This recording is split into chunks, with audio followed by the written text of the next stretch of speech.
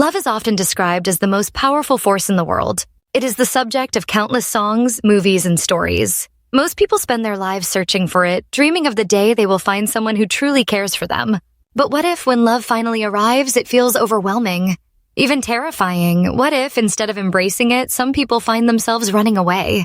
Today, we are diving deep into a question that is rarely asked but incredibly important. Why do some people struggle to handle being loved? And what does it mean to fear safety itself? Let us unravel this emotional paradox together. At first glance, love and fear seem like opposites. Love is supposed to make us feel secure, cherished, and valued. Fear, on the other hand, is associated with danger and the need to protect ourselves. But for some, these two emotions become strangely intertwined. The very thing that should bring comfort, being loved, can trigger anxiety, discomfort, or even panic. This is known as the fear of safety. It is a hidden struggle that many people experience but rarely talk about. Understanding this paradox is the first step toward compassion, both for ourselves and for those we care about. To understand why some people cannot handle being loved, we need to look at where it all begins: childhood. Our earliest relationships, especially with caregivers, shape the way we view love and safety. If a child grows up in an environment where love is inconsistent, conditional, or even absent, their brain learns to associate closeness with unpredictability or pain. This is the foundation of what psychologists call attachment styles. For example, someone with an avoidant attachment style may have learned to rely only on themselves, believing that letting others in is risky. On the other hand, someone with an anxious attachment style might crave love but constantly fear it will be taken away. These patterns can follow us into adulthood, making it difficult to accept genuine affection without suspicion or fear. But what exactly is the fear of safety? It sounds counterintuitive, but for some, feeling safe is unfamiliar and therefore uncomfortable. Imagine spending years in a state of emotional alertness, always waiting for the next disappointment or betrayal. When love finally arrives, steady, kind, and reliable, it can feel alien. The brain, conditioned by past experiences, may interpret this safety as a trap or a setup for future pain. This is not a conscious choice. It is a deeply ingrained response, a way of protecting oneself from hurt by never letting down one's guard. The fear of safety is not about doubting the other person's intentions. It is about doubting whether safety itself can be trusted. When faced with real love, people who fear safety often engage in self-sabotage.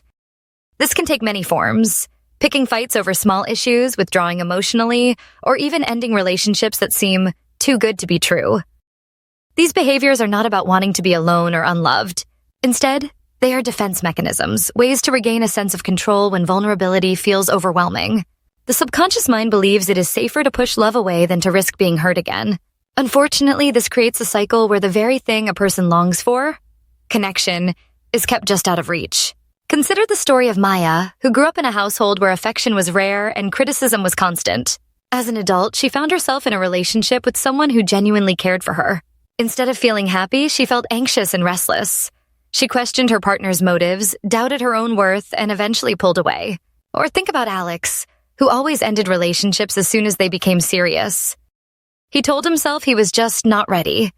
But deep down, he was terrified of letting someone see his true self. These stories are more common than we think, and they highlight how the fear of safety can shape our lives in subtle but powerful ways. Recent research in neuroscience and psychology sheds light on why the fear of safety is so persistent. When we experience trauma or inconsistent caregiving, our brains adapt by becoming hypervigilant. The amygdala, the part of the brain responsible for detecting threats, becomes overactive. Even when there is no real danger, the brain remains on high alert. This makes it difficult to relax and accept love, even when it is freely given. Over time, these neural pathways become deeply ingrained, making change challenging but not impossible. Understanding the science behind these reactions can help reduce shame and open the door to healing. The good news is that the fear of safety is not a life sentence. With awareness and support, it is possible to break the cycle. The first step is recognizing the pattern, acknowledging that pushing love away is a protective response, not a personal failing. Therapy, especially approaches like attachment-based therapy or trauma-informed counseling, can help rewire old beliefs and build new, healthier patterns. Practicing self-compassion is crucial. It is okay to feel afraid, and it is okay to take small steps toward trust.